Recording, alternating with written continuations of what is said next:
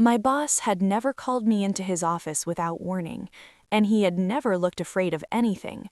But that morning, when he locked the door behind me and pressed a sealed envelope into my hand, his eyes were filled with panic.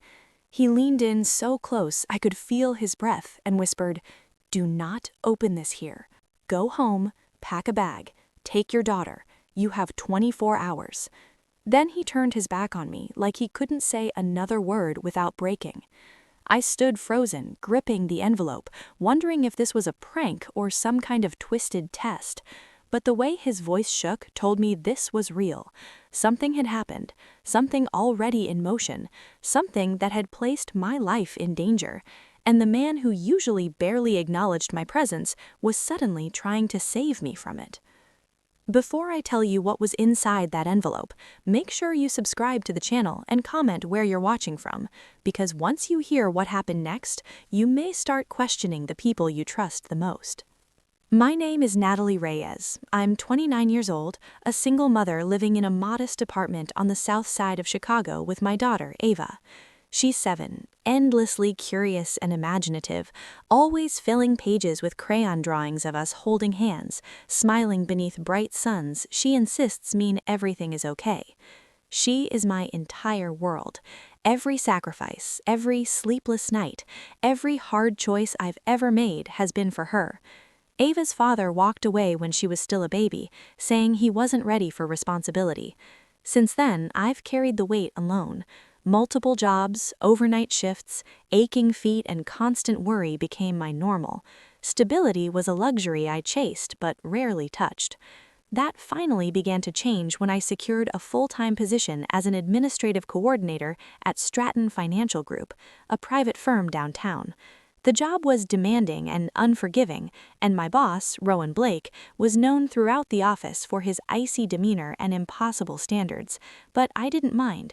The paycheck meant Ava could attend a good school, and for once I felt like I was moving forward on my own strength. That morning began like so many others.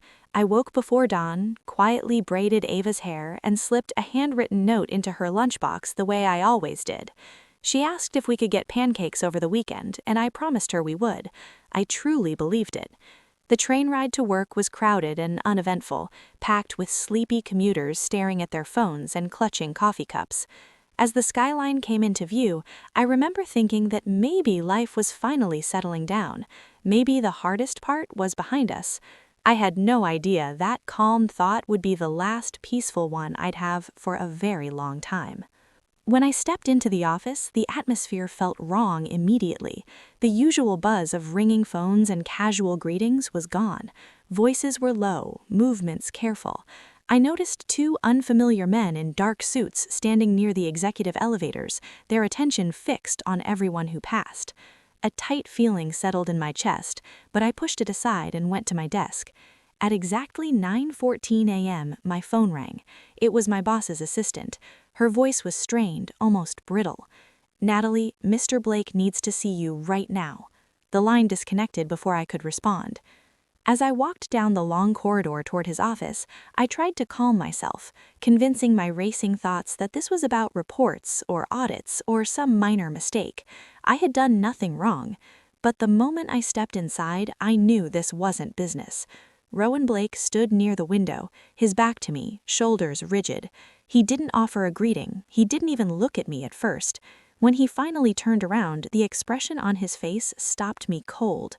Fear, unfiltered and unmistakable. His voice was low and urgent as he told me to close the door. He reached into his desk, pulled out a sealed envelope and slid it across to me. My name was written on it in thick black ink. He met my eyes and said, "Whatever happens today, do not panic, but you must do exactly as I say."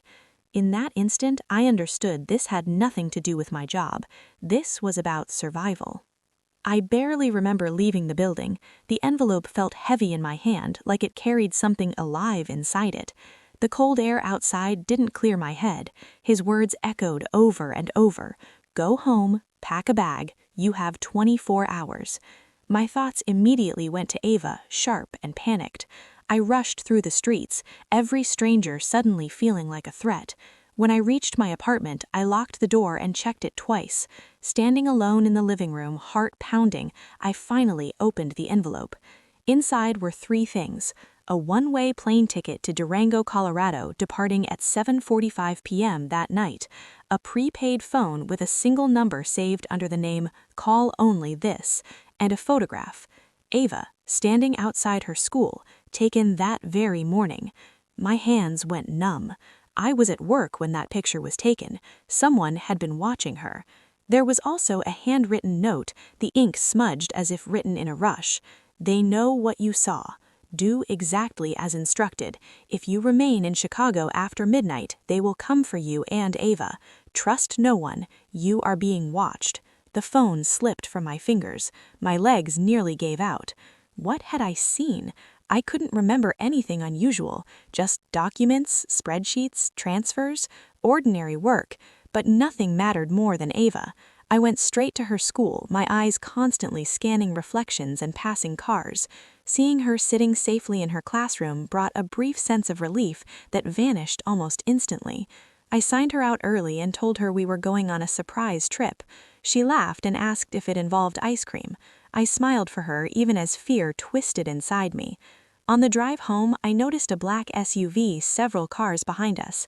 No matter how I changed lanes or took turns, it stayed there. Panic tightened my chest. When we reached the apartment, I moved quickly, telling Ava to pack her favorite things. She treated it like a game, unaware that time was closing in around us. The prepaid phone lit up the moment I turned it on. Do not call until you reach the airport. Then my regular phone rang, an unknown number. A calm female voice warned me they were outside my building, told me not to open the curtains, instructed me to leave through the back and say nothing to anyone. If you want your daughter safe, follow instructions. The line disconnected before I could respond. I guided Ava quietly down the stairwell and into the alley. As I buckled her into the car, I heard a man's voice above us speaking into a radio. Target has moved. They have the child. I started the engine, forcing myself to stay calm, and drove away. I didn't know who was helping us or who was hunting us. I only knew my life had been ripped apart, and the truth was buried somewhere in those documents. Hours later, the plane lifted into the air. Ava slept against my arm as Chicago disappeared beneath the clouds. When we landed in Durango, the world felt slower, quieter, almost unreal. I turned on the prepaid phone and called the only number saved. A man answered and gave me one final instruction before hanging up. I grabbed our bags and rushed outside. Within seconds, a black pickup truck approached the curb. The driver, a rugged man in his late 40s with sharp eyes and a face that had seen hard years, rolled down the window. "Natalie Reyes," he said, his tone firm but not unkind. "Get in." Every instinct told me to protect Ava at all costs. I studied his face. He wasn't hiding behind sunglasses. His hands were steady on the wheel. His eyes were alert, not predatory, but protective. I made a choice. I buckled Ava in the back seat and climbed into the passenger side. "My name is Daniel Cross," he said once we were on the road. "Your boss, Rowan Blake, was my partner in a federal task force. 3 years ago, we uncovered a network using private financial firms like Stratton to launder money for international crime syndicates. When Rowan realized the network was operating inside his own firm, he tried to expose it. The people behind it found out. They killed his wife. They've been chasing him ever since." I stared at him in shock. "Why me? I'm just an employee. I don't know anything." Daniel looked directly at me. "That's where you're wrong. 2 days ago, you processed a transfer request for a dormant account. When you flagged an irregularity, you unknowingly uncovered the account they've been using to hide millions. They saw the log. They know you accessed it. That makes you a loose end."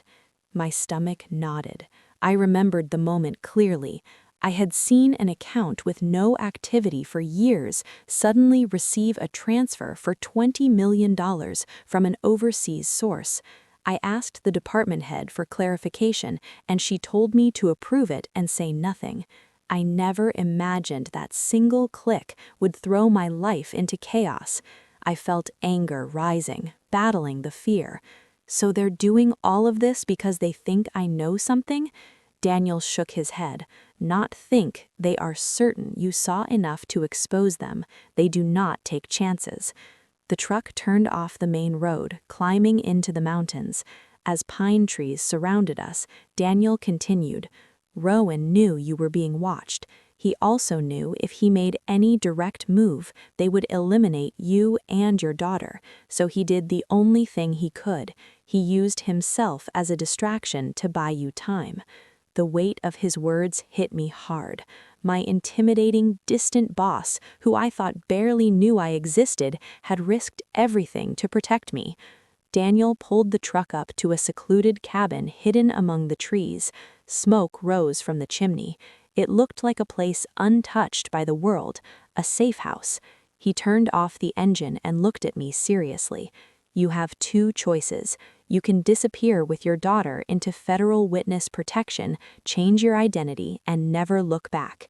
Or you can stand with us, expose this network, and make sure they never hurt another family again.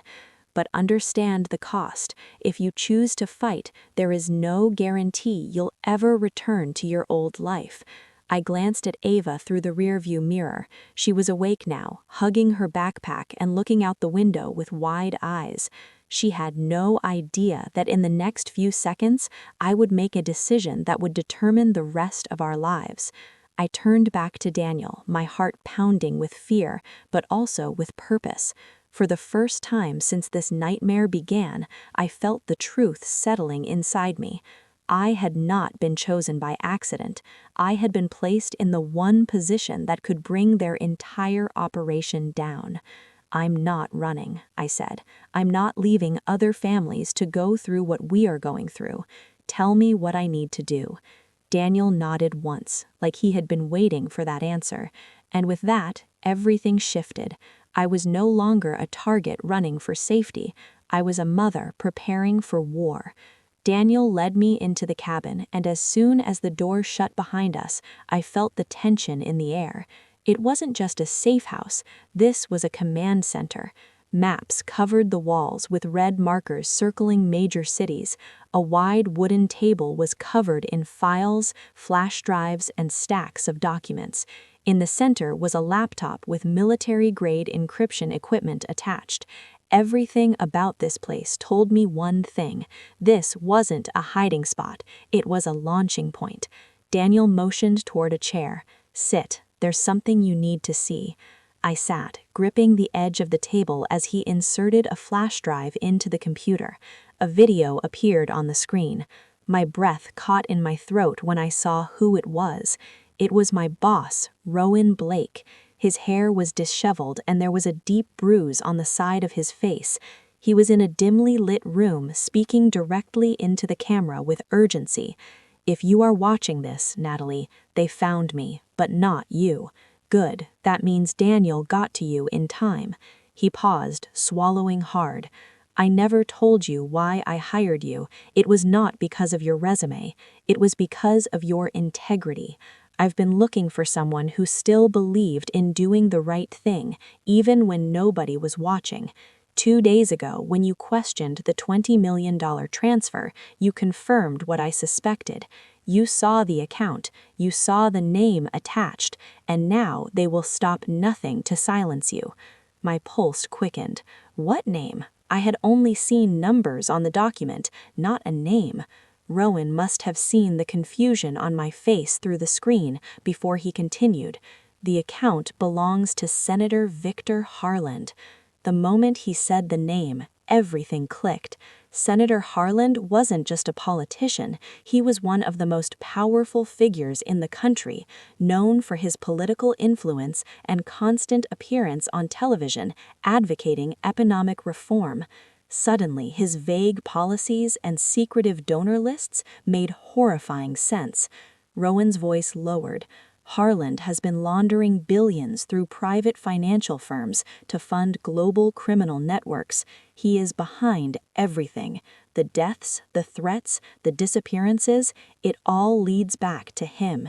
And now, Natalie, you are in possession of proof that could dismantle his entire empire.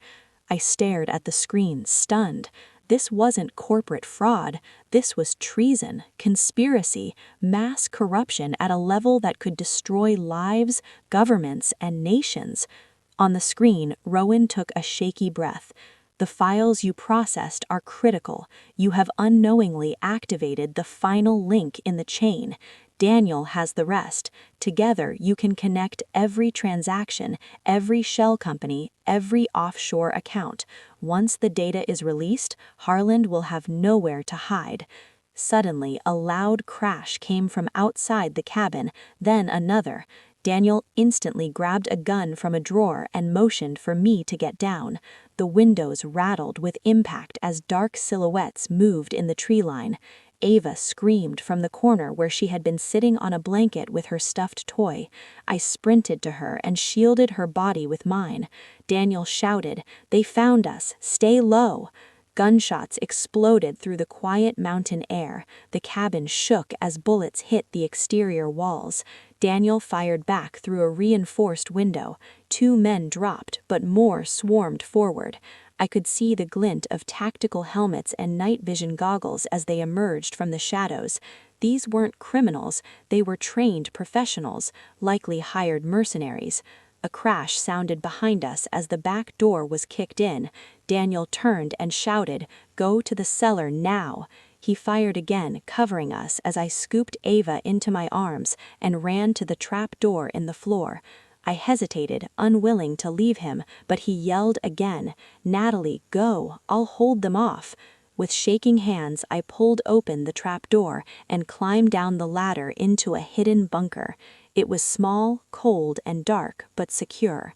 I held Ava tightly as she buried her face in my shoulder, trembling. Above us, Footsteps thundered. Daniel's voice roared commands.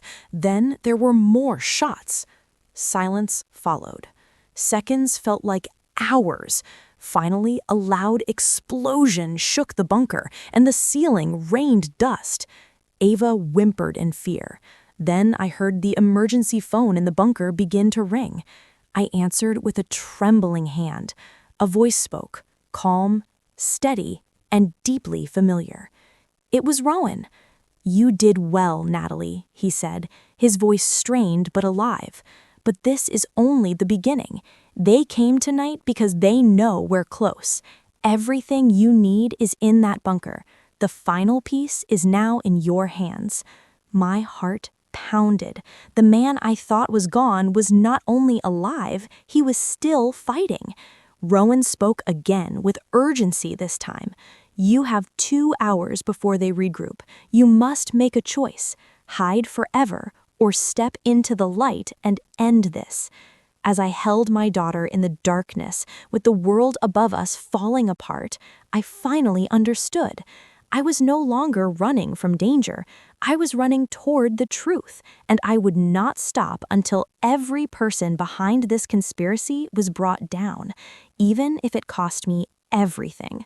The bunker was silent, except for the soft hum of the generator and the faint sound of my heartbeat pounding in my ears. Rowan's voice echoed in my mind as I held Ava close. 2 hours. That was the time I had until they returned. 2 hours to decide whether I would disappear into a life built on fear and shadows, or rise up and expose the men who had destroyed so many lives. I stood and walked deeper into the bunker, where a long metal desk was lined with files, USB drives, and documents sealed with government insignias. Every piece of evidence was meticulously labeled, linking Senator Victor Harland and a network of high-ranking officials to offshore accounts, criminal organizations, and covert operations that had ended in the deaths of countless innocent people. Some of the victims were whistleblowers, others were family members, eliminated just for being too close to the truth. Daniel appeared at the top of the ladder, blood on his sleeve but still standing. His voice was low but steady as he descended. "They pulled back for now. They think the explosion took us out. We have a window, but not a big one." I looked at him and said the words that had already formed inside me. I'm not running anymore. This ends today. Daniel nodded once, like he had already known I would say that. He placed a secure satellite laptop in front of me and connected the final encrypted drive containing Rowan's master file. As the system powered on, an alert flashed across the screen. Press Enter to begin full global data release. This was no simple upload, it was a chain reaction. Files were ready to be mirrored to every major news outlet, federal database, and international court in real time. Once initiated, there would be no stopping it. Names, bank transactions, audio recordings, everything would be exposed to the world. With Ava watching silently, her eyes wide with innocence and trust, I pressed the key. Immediately, status bars began filling one by one. FBI connected, Interpol connected, Reuters, CNN, BBC connected. The truth that had been buried for years was now racing across the world in a wave of justice. As the upload completed, I felt tears fill my eyes, not from fear, but from a sense of release. The monster hiding behind wealth and power could no longer hide. Every transaction and every crime now had a name attached to it. Suddenly, the emergency phone rang again. I answered and Rowan's voice came through, weaker now, but filled with something I had never heard in him before. Peace. You've done it, Natalie. You ended what I couldn't, he said. I asked where he was, but there was a long pause before he replied. My time is done, but yours is just beginning. The world knows the truth because of you. Protect your daughter, live your life freely, and never forget, you were chosen not because of what you knew, but because of who you are. The line went dead. Within hours, news alerts exploded across every screen.